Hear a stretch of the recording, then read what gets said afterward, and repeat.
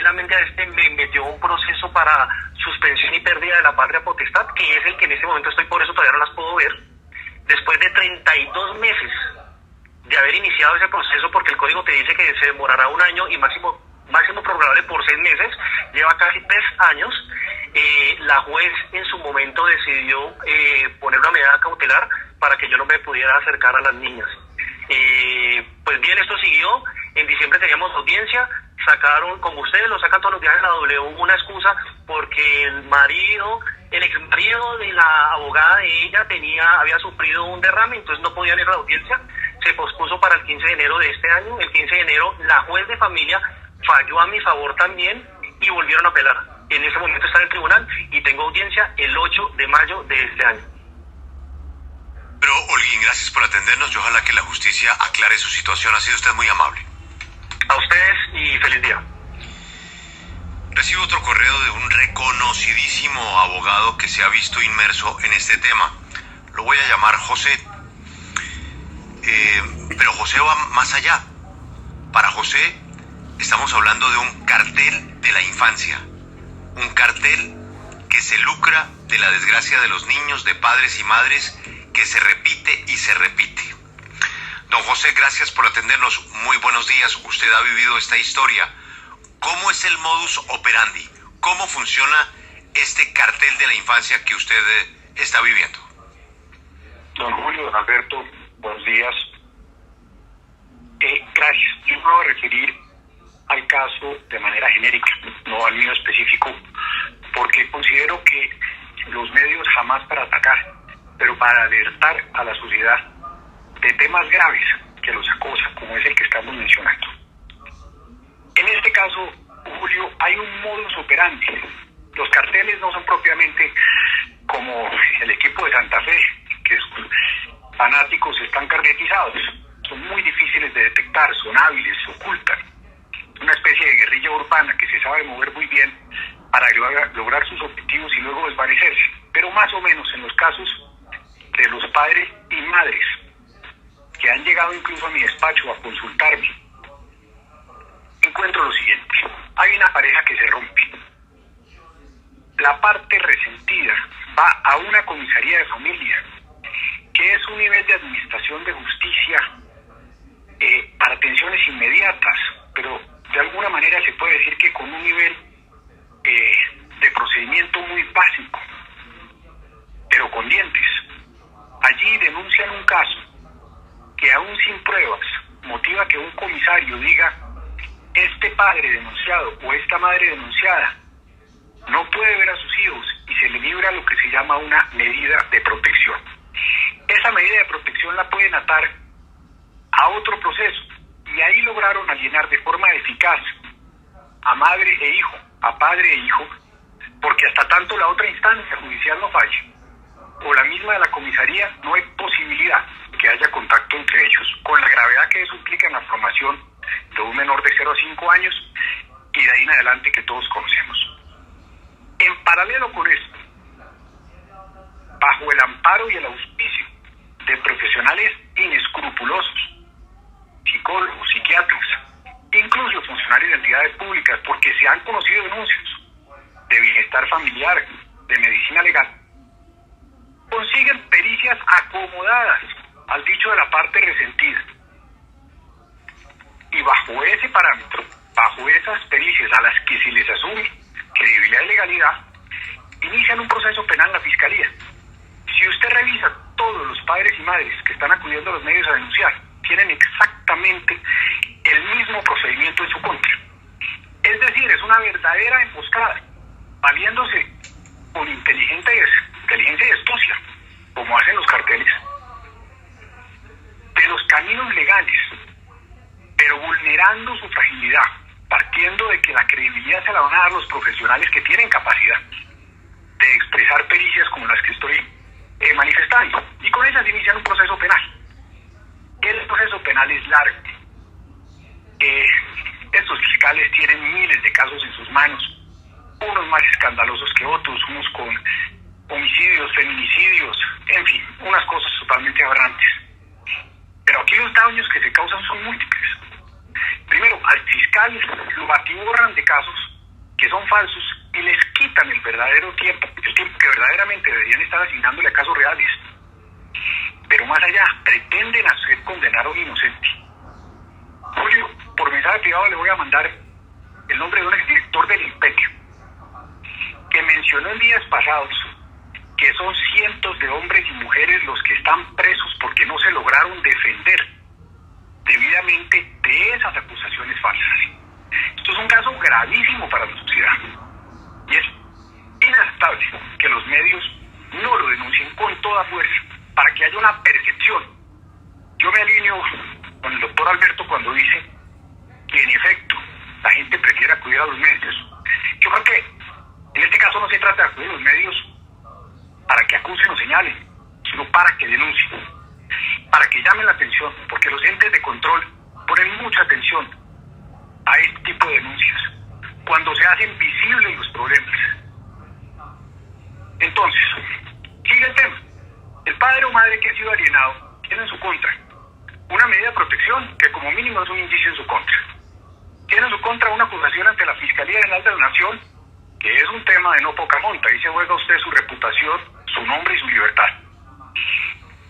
Y luego de esto, de 100 años de defenderse de otros procesos, varios de los padres que he escuchado en privado, que he escuchado al aire, dicen, y es que además después de esto me clavan una demanda de pérdida de patria potestad. Eso antes se le llamaba una declaración de indignidad en derecho. Es declararlo indigno para ser padre. Si en realidad usted es un padre o una madre indigna que no merece criar a sus hijos, vaya, venga, merecido el reproche social y legal. Pero si no lo es, se puede pensar en algo más aberrante, más humillante, más injusto. Entonces, eso es el cartel de la infancia.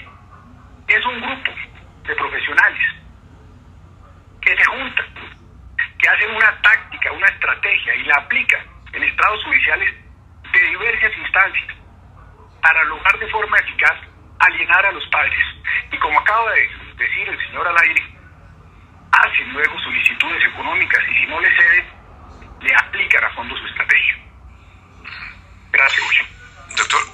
Doctor José, para usted, volviendo al numeral, ¿el programa se debe o no se debe emitir? Absolutamente se debe emitir.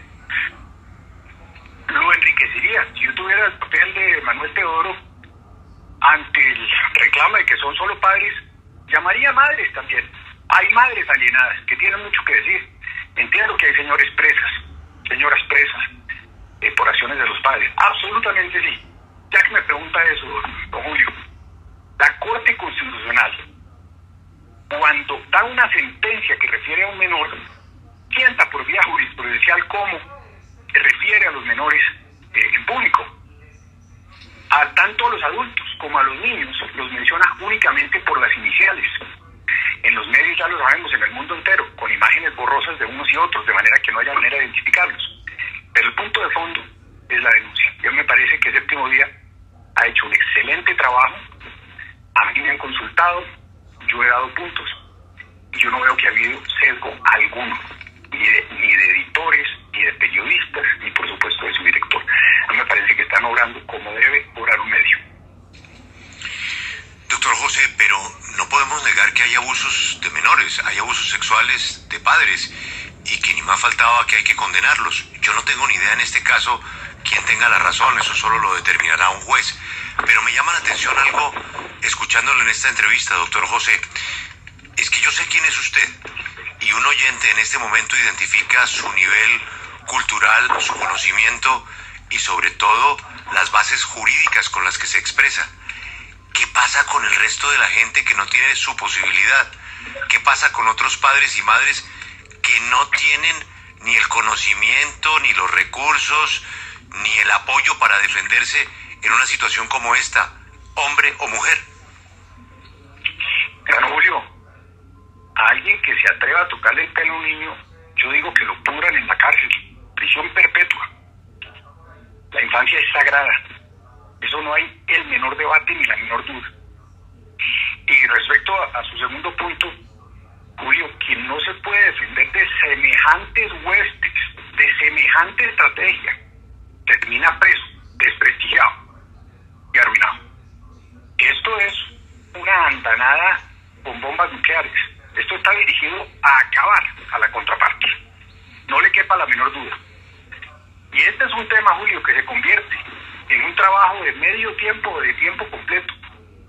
Y es un tema poderosísimo, porque para contrarrestar peritos inescrupulosos hay que conseguir peritos escrupulosos de igual y mayor credibilidad.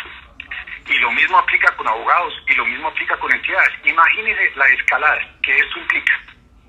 Cuando podría resolverse simplemente observando los patrones que se repiten en los casos.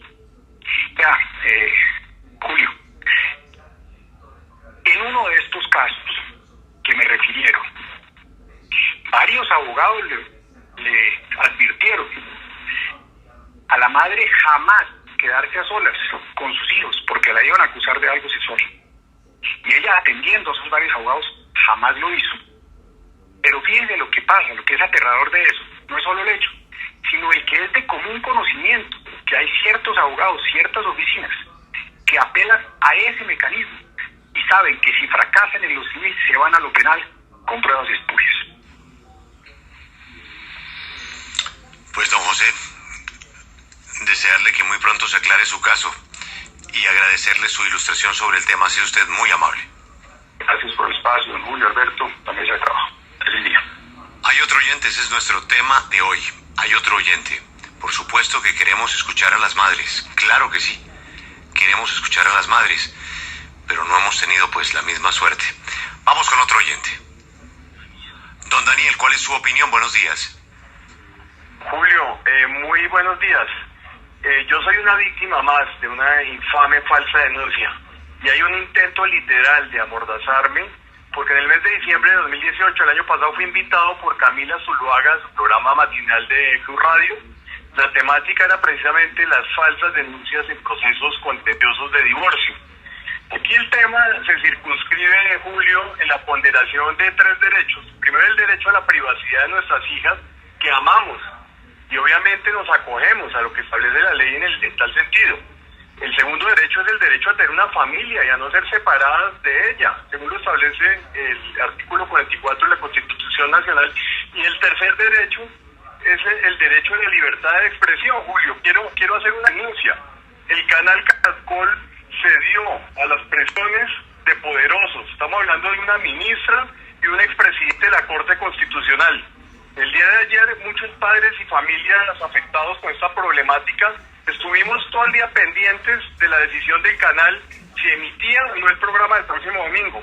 Y el presidente del canal expresó que había una restricción por parte de la ANTV, lo cual es completamente falso. Por favor, no confundamos, Julio, a los ciudadanos, a los usuarios de los medios. ¿Cuál es el temor de la emisión del programa? El temor es que se conozca la verdad. Julio, estamos poniendo en conocimiento de los medios una problemática en la cual nuestras amadas criaturas y nosotros somos las víctimas y no los victimarios.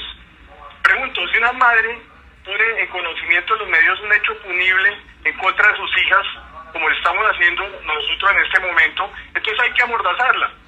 El poco del programa, inicialmente, yo hablé con Diego antes de ese intento de restricción y esa mordaza que intentaron ponerme, y le dije a Diego, bueno, que la participación de falsos especialistas, lo que llaman el cartel, por ejemplo en mi caso, de la señora María Paola Franceschi y su esposo, quien sin tener tarjeta profesional ni registro ante las Secretarías de Salud de Bogotá o Cundinamarca, hizo un informe señalándome de agresor sexual y violento sin nunca haberme evaluado, y sobre ese pasquín fue que me instalaron la falsa denuncia. Esa señora Franceschi tenía una asociación llamada Niños por un Nuevo Planeta, entidad que recibía a niños en condición de extrema pobreza, hijos de prostitutas e indigentes abusados. En agosto de 2016, 70 funcionarios de la SIGIN, la alcaldía y la comisaría del municipio de Sopó allanaron ese lugar y encontraron en su interior casos de maltrato y abuso sexual infantil. A ese lugar llevaron mis hijas.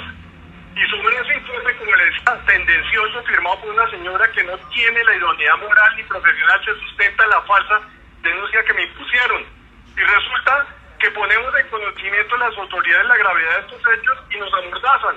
Somos en este momento víctimas de un maltrato institucional y ahora estamos siendo víctimas de un maltrato de los medios al permitir que nos alojen. Don Carlos, buenos días.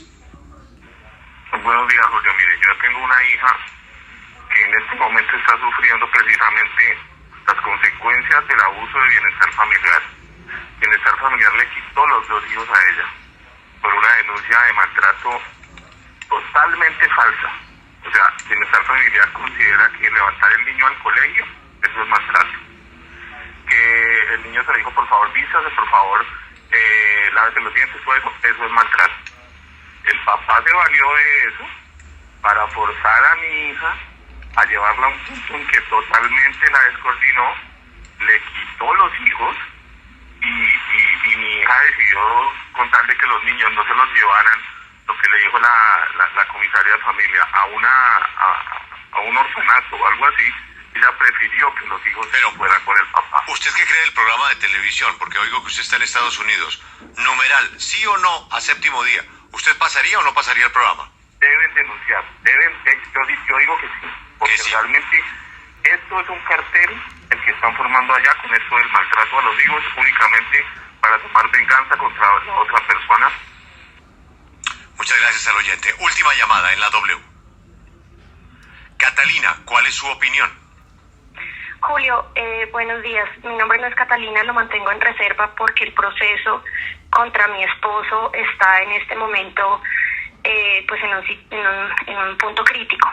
Yo me casé con él hace 3 años, tenemos una hija de 3 años también, y él fue denunciado por los mismos hechos que narran todos estos papás víctimas de ese cartel por su ex esposa. Él desde hace más de 3 años no ve a su hija, no tiene contacto con su hija, y hoy en día nos afrontamos a un proceso penal completamente montado por un cartel de supuestos profesionales que crean ese tipo de pruebas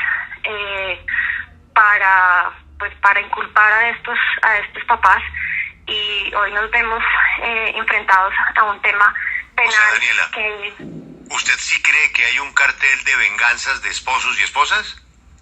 Claro que sí, Julio. Incluso hay abogados que son famosos en el medio por ofrecer esas prácticas. Hay una abogada que se llama Ana Georgina Murillo.